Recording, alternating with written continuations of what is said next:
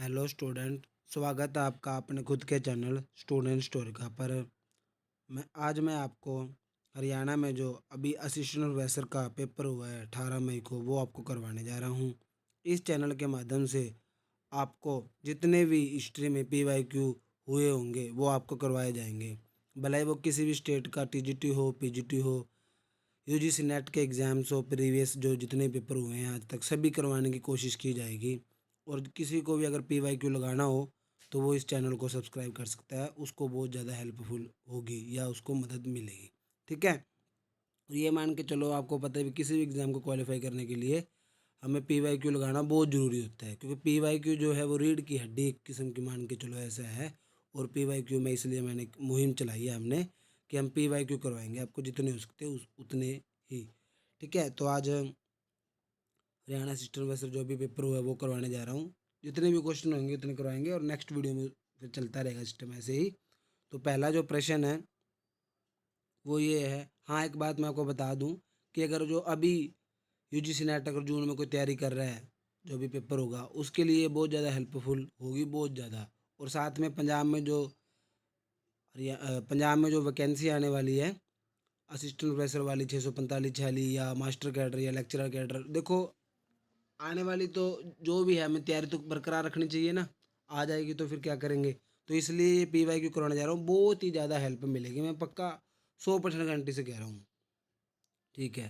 पहला प्रश्न मैं आपको बताने जा रहा हूँ, चलो। गुप्त काल के दौरान निम्नलिखित में से किसने सुझाव दिया कि पृथ्वी अपनी धुरी पर चक्कर काटती है।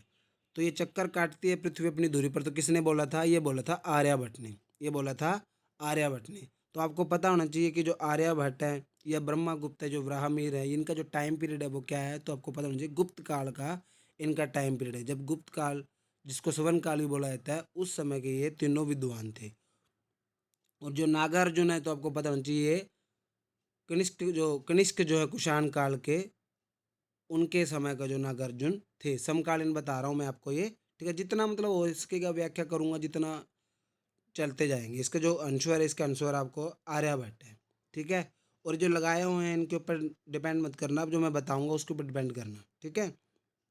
सेकंड क्वेश्चन, गुप्त काल की प्रारंभिक मूर्तियां निम्नलिखित में से किस शैली में है। तो इसमें एक डाउट है, कोई बच्चे कह रहे हैं कि मथुरा है, पर जो इसका जो आयोग ने माना है अमरावती। तो इसका राइट आंसर है अमरावती। गुप्त काल की प्रारंभिक मूर्तियां निम्नलिखित में किस शैली की बनी हुई है।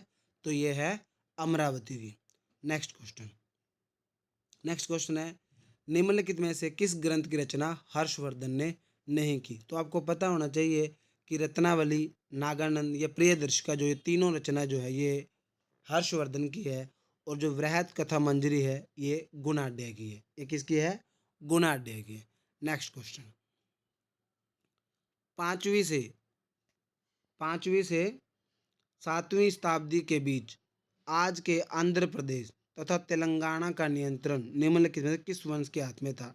जबरदस्त क्वेश्चन है, बढ़िया क्वेश्चन है, कुछ नया सीखने को मिलेगा और इस पेपर में आपको बहुत ज़्यादा कुछ चीज़ें नई देखने को मिलेगी। तो क्या बोल रहा है कि 5वीं से 7वीं शताब्दी के बीच आज के आंध्र प्रदेश तथा तेलंगाना का नियंत्रण निम्नलिखित से किस वंश के साथ में था। तो इसका जो आंसर है वो आंसर है विष्णु कुंडनी है।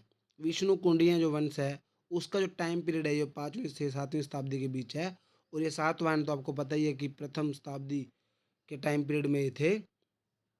ठीक है। वाकाटक जो है वो आपको पता है गुप्त काल के समकालीन थे। ठीक है। तो इसका जो आंसर है क्वेश्चन के हिसाब से वो है विष्णु कुंडनी है। क्या है? विष्णु कुंडी। मैं आपको पहले ही बोल रहा हूँ कि आप जो लगाए हुए हैं उन पे फोकस मत करना, जो मैं बोल रहा हूँ उस पे फोकस करना है। ठीक है। नेक्स्ट क्वेश्चन, दक्षिण के विजय अभियान के दौरान हर्षवर्धन को निम्नलिखित में से किस चालुक्य शासक ने पराजित किया था। वही जग जाहिर, आपको पता ही है कि पुलकेशिन द्वितीय ने इनको पराजित किया था। और आपको ये पता होना चाहिए कि पुलकेशिन द्वितीय के बारे में जो इनकी जानकारी, विजय की जिन जानकारी देती है वो रवि कीर्ति की जो द्वारा लिखित एहोल प्रशस्ति है वो है। ठीक है। नेक्स्ट क्वेश्चन, कन्नड़ भाषा की पहली पुस्तक कविराज मार्ग की रचना निम्नलिखित में से किस राष्ट्रकूट शासक ने की थी। तो राष्ट्रकूट शासक जिसने कविराज मार्ग इनकी रचना है, और कन्नड़ भाषा, ये पता होना चाहिए आपको, कन्नड़ भाषा में है और रचना का नाम है कविराज मार्ग। तो किस राष्ट्रकूट शासन ने लिखी थी? तो इसका आंसर है अमोघ वर्ष। इसका आंसर क्या है? अमोघ वर्ष। दंती दुर्ग जो है वो आपको पता है कि राष्ट्रकूट के संस्थापक है। राष्ट्रकूट के क्या है? संस्थापक है। ठीक है भी। नेक्स्ट क्वेश्चन, संगम साहित्य में वेल्लार कौन थे? तो इसमें भी बहुत ज़्यादा डाउट चल रहा है। कोई बोल रहा है कि भूस्वामी थे, या कोई बोल रहा है कृषक थे। ज़्यादातर कई बुक्स में कृषक मिल रहा है, कहीं भूस्वामी मिल रहा है। तो इस वक्त आयोग ने एक बार इसका भूस्वामी आंसर माना है, पर आप इस पे मैं क्लियर नहीं बोल सकता। आपको आयोग ने भूस्वामी माना है, उसके हिसाब से चलना पड़ेगा। नेक्स्ट प्रश्न, महाबलीपुरम का सौर मंदिर निम्नलिखित में से किस देवता को समर्पित है? तो किस देवता को समर्पित है? तो ये है भगवान शिव को। किस देवता को समर्पित है? भगवान शिव को। नेक्स्ट प्रश्न, निम्नलिखित में से किस शासक ने सफलतापूर्वक अरबों का मुकाबला किया? तो ये किसने किया था? राष्ट्रकूट शासक है नागभट्ट प्रथम। नहीं, राष्ट्रकूट शासक बोल रहा हूँ। गुर्जर प्रतिहार जो शासक है नागभट्ट प्रथम, इन्होंने क्या किया था? अरबों का मुकाबला किया था। और अरब शासक कौन था? कौन था वो? तो उसका नाम था जुनैद। क्या नाम था उसका? जुनैद। ठीक है। जितना हो सकता है मेरे से व्याख्या करने की मैं कोशिश करूंगा, और जैसे जैसे हमारी जो वीडियो है, वीडियो की संख्या बढ़ती जाएगी, हम व्याख्या भी ज़्यादा करेंगे, क्वेश्चन वगैरह भी ज़्यादा लेके आएंगे। ठीक है। बस आप का साथ होना जरूरी है कि आप देखते रहिए। बस आपको कोई भी किसी भी तरह का डाउट लगे, कोई भी कमी लगे, तो आप मेरे को बोल सकते हो भी सर ये कमी है, या आप उसको सही करो, या इसका जो भी आपका कमेंट बॉक्स में आपको जरूर बताना है भी, आपको अच्छी लगी जो भी है, जो भी कुछ बोलना चाहते हो आप। निम्नलिखित में से कौन सा अभिलेख कौन सा अभिलेख है जो भूमि अनुदान का पहला रिकॉर्ड है? तो जग जाहिर पता ही है नॉर्मल कि रानी नागानिका का जो नानाघाट अभिलेख है, उसमें पहली बार हमें वर्णन मिलता है कि जो भूमि है वो अनुदान देना, मतलब जो डोनेशन में हम जो भूमि देते हैं, उसका जो वर्णन मिलता है, पहला जो वर्णन है। ठीक है। नेक्स्ट प्रश्न है, ये नई नया कुछ देखने को मिला कि सामंत प्रणाली के अंतर्गत अप सामंत कौन थे? तो अप सामंत कौन थे? जिन सामंतों ने स्वेच्छा से सन प्रभु शासक की अधीनता स्वीकार की। जिन सामंतों ने मतलब अपनी इच्छा से सन प्रभु जो भी शासक होगा बड़ा, उसकी अधीनता जो स्वीकार की है, वो क्या है? अप सामंत है। नेक्स्ट क्वेश्चन, चोल गंगा जलाशय का निर्माण निम्नलिखित में से किस शासक ने शुरू करवाया था? तो ये आपको पता होना चाहिए कि राजेंद्र प्रथम है इसका आंसर। क्योंकि राजेंद्र प्रथम इसलिए है, ये बोल रहा है कि चोल गंगा जलाशय का निर्माण, क्योंकि ना आपको पता होना चाहिए कि राजेंद्र प्रथम के समय में ही, या उन्होंने ही पाल वंश में आक्रमण किया था, और वहाँ तक उनका मतलब जो क्या है साम्राज्य विस्तार माना जाता है, या आक्रमण किया था उन्होंने। और ये भी आपको पता होना चाहिए कि जब इन्होंने आक्रमण किया था तो वहाँ पर शासक कौन था? तो वहाँ पर शासक था महिपाल प्रथम। महिपाल प्रथम था, और महिपाल प्रथम को पाल वंश का दूसरा संस्थापक भी बोला जाता है। ठीक है। नेक्स्ट क्वेश्चन, निम्नलिखित में से कौन एक व्यापारी श्रेणी नहीं थी? तो इसका आंसर है वरीयम। इसका आंसर क्या है? वरीयम। वरीयम जो व्यापारिक श्रेणी नहीं है, मणिग्रामक हो, अव्यवल्य हो, नगर थर हो, ये तीनों के तीनों जो क्या है व्यापारिक श्रेणी है, और ये वरीयम नहीं है। नेक्स्ट क्वेश्चन, निम्नलिखित में से कौन प्रसिद्ध संत नयानार थे? तो आपको पता है कि नयानार कौन होते हैं? जो सैविजों को मानते हैं। ठीक है। और इसके जो प्रसिद्ध संत है वो कणप्पा है। कौन है भी? कणप्पा है। नेक्स्ट क्वेश्चन, कापालिक संप्रदाय किसकी पूजा करते थे? तो आपको पता ही है कि ये पूजा करते थे शिव की। देखो ये जो लगा रखे हैं, इसके ऊपर फोकस नहीं करना, जो बोल रहा हूँ उसके ऊपर फोकस करना है कि ये पूजा करते थे शिव की पूजा। किसकी पूजा करते थे? शिव की पूजा। ना कि वज्रयान, ना ही शक्ति पूजा। किसकी पूजा करते थे? शिव की पूजा। कापालिक जो किसकी पूजा करते थे? शिव की। नेक्स्ट क्वेश्चन, ये नया क्वेश्चन देखने को मिला था कि मनुस्मृति के अनुसार स्त्री धन में कितने प्रकार के उपहार शामिल हैं? जो मतलब उपहार होते हैं कितने प्रकार के हैं? तो वो हैं 6 प्रकार के। कितने प्रकार के हैं वो? 6 प्रकार के हैं। आयोग ने माना है 6 प्रकार के। नेक्स्ट क्वेश्चन, ये क्वेश्चन वैसे तो इन्होंने बोला हुआ मकबरा, पर ये डेथ पे ऊपर है, मतलब कब इनकी मृत्यु हुई है। तो आपको पता है सिकंदर लोदी की जो मृत्यु हुई है वो 1517 में हुई थी। तो उनका जो मकबरा है 1517 इसके मैच करना था। ठीक है। 1517 में क्या करना था? इनको मैच करना था।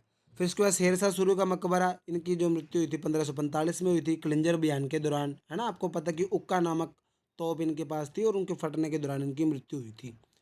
मतलब जैसे इनको विजय की पता लगा, कलंजर अभियान में विजय हम जीत गए, तो ये इनकी मृत्यु हो गई थी, मतलब जख्मी हो गए थे उक्का नामक तोप के फटने से। इस्लाम शाह का मकबरा, इस्लाम शाह का मकबरा क्या है, 1550, मतलब इनकी डेथ के टाइम पीरियड के हिसाब से, मतलब ये देखो भी इनकी डेथ का टाइम पीरियड दिया हुआ है बस। मोहम्मद सैयद का मकबरा, तो इसका जो टाइम पीरियड है वो है 1444, 1444। नेक्स्ट को इसका आंसर जो है डी बन रहा है, इसका आंसर जो है डी बन रहा है, ठीक है। नेक्स्ट क्वेश्चन देखो, मैं आपको पहले बोला हूँ कि एक बार थोड़ा सा मतलब आप देखते चलिए, और जैसे जैसे क्वेश्चन वगैरह बढ़ते जाएंगे मैं व्याख्या वगैरह आपको ज़्यादा ज़्यादा कराता जाऊँगा, ठीक है। अगर किसी भी कोई दिक्कत हो, किसी को कोई कमी लगे या कोई बढ़िया लगे, तो ज़रूर कमेंट में ज़रूर एक बार बताना। जो भी किसी भी प्रकार की अगर कमी लगे, बढ़िया लगे, है ना, अच्छा बुरा, जो भी आपको कमेंट करना बताना ज़रूर, क्योंकि आप बताओगे फिर ही मैं उस पर काम करूँगा ना। ये भी बढ़िया क्वेश्चन है, बहुत बढ़िया क्वेश्चन लगा मुझे कि विजयनगर और बहमनी शासकों के हित तीन अलग अलग क्षेत्रों में टकराए। तुंगभद्रा दोआब, कृष्णा गोदावरी दोआब डेल्टा, कृष्णा गोदावरी डेल्टा और मराठवाड़ा क्षेत्र। मतलब ये है, सही है बिल्कुल ही, क्योंकि ये तुंगभद्रा दोआब तो आपको पता ही है, कृष्णा गोदावरी डेल्टा आपको पता, मराठवाड़ा क्षेत्र भी यही आया था लगभग।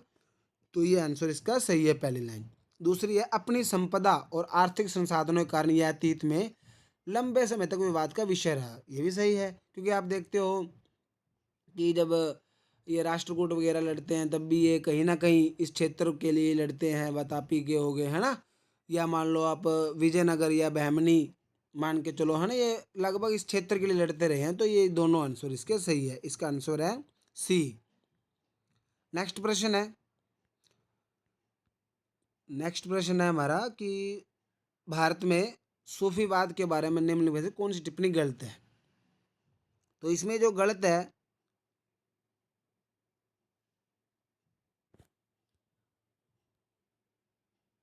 इसका जो राइट आंसर है सी है।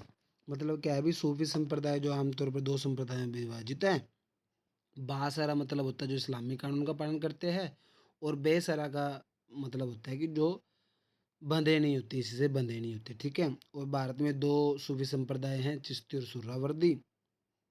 सुहरावर्दी मुख्य रूप से दिल्ली और उसके आसपास के इलाकों में सक्रिय थे, और चिश्ती दक्षिण भारत में सक्रिय थे। तो ये गलत है, तो ये कह रहे हैं मतलब दक्षिण भारत में ये ज़्यादा सक्रिय नहीं थे, ये उत्तर भारत में लगभग उधर ही थे जो सुहरावर्दी है। और जो जो इसका गलत बताना था, गलत इसका सी है। नेक्स्ट प्रश्न या क्वेश्चन जो भी है, नेक्स्ट क्वेश्चन है हमारा, निम्नलिखित में से कौन सा गुलाम वंश का शासक नहीं था। तो इसका जो आंसर है जलालुद्दीन खिलजी, क्योंकि आपको पता है कि जो जलालुद्दीन खिलजी हैं, उन्होंने खिलजी वंश की स्थापना की थी 1296 में। कब की थी, 1296 में की थी। और आपको ये भी पता होगा कि जो खिलजी वंश है, उसका जो संस्थापक है वो जलालुद्दीन खिलजी है। और उसके बाद जो शासक बना था कुछ समय के लिए, एक दो मंथ के लिए, इब्राहिम रुकनुद्दीन बना था। और नेक्स्ट जो शासक बना था अलाउद्दीन खिलजी। अलाउद्दीन खिलजी के बाद बने थे शहाबुद्दीन उमर। शहाबुद्दीन उमर के बाद बने थे मुबारक शाह। मुबारक शाह के बाद बने था नसीरुद्दीन खुसरो शाह। और आपको पता है कि नसीरुद्दीन खुसरो शाह जो है जलालुद्दीन जो खिलजी वंश का आखिरी शासक था। और इससे पहले अगर मैं गुलाम वंश के शासकों की बात करूं, तो आपको पता होना चाहिए कि कुतुबुद्दीन ऐबक जो है, उसने गुलाम वंश का संस्थापक बोला जाता है। उसके बाद कुछ समय के लिए, 7-8 मंथ के लिए आराम शाह गद्दी पर बैठा था। और उसके बाद इल्तुतमिश के बाद रुकनुद्दीन फिरोज शाह, रुकनुद्दीन फिरोज शाह के बाद रजिया, रजिया के बाद बहराम शाह के बाद अलाउद्दीन मशहूद शाह, अलाउद्दीन मशहूद शाह के बाद नसीरुद्दीन महमूद शाह, महमूद शाह के बाद बलबन, बलबन के बाद केकुबाद, केकुबाद के बाद कयूमर, या बलबन के बाद केकुबाद, कयूमर के ये जो के खुसरो है, ये आगे पीछे हैं, ठीक है, आप देख लेना, ठीक है। तो इस मतलब इस क्वेश्चन में मैंने आपको गुलाम वंश के शासकों को भी बताया ऑर्डर, और मैंने आपको खिलजी वंश के ऑर्डर बताया, ताकि आपको याद करने में आसानी हो। तो हमारी जो वीडियो वो ज़्यादा बड़ी होती जा रही है। मैंने इस वीडियो में आपको 20 के लगभग प्रश्न करवा दिए हैं, क्वेश्चन करवा दिए हैं। नेक्स्ट वीडियो में मिलते हैं जल्दी ही, ठीक है। और कोई भी किसी को कोई दिक्कत हो, कोई बढ़िया ना लगे, तो बताना ज़रूर, भी हाँ ये सर आपका बढ़िया लगा, आवाज़ कोई दिक्कत हो या कोई भी कहीं भी दिक्कत हो और बढ़िया लगे तो कमेंट करना, प्लीज़ कमेंट ज़रूर करना और मेरे चैनल को सब्सक्राइब ज़रूर कर लेना। धन्यवाद।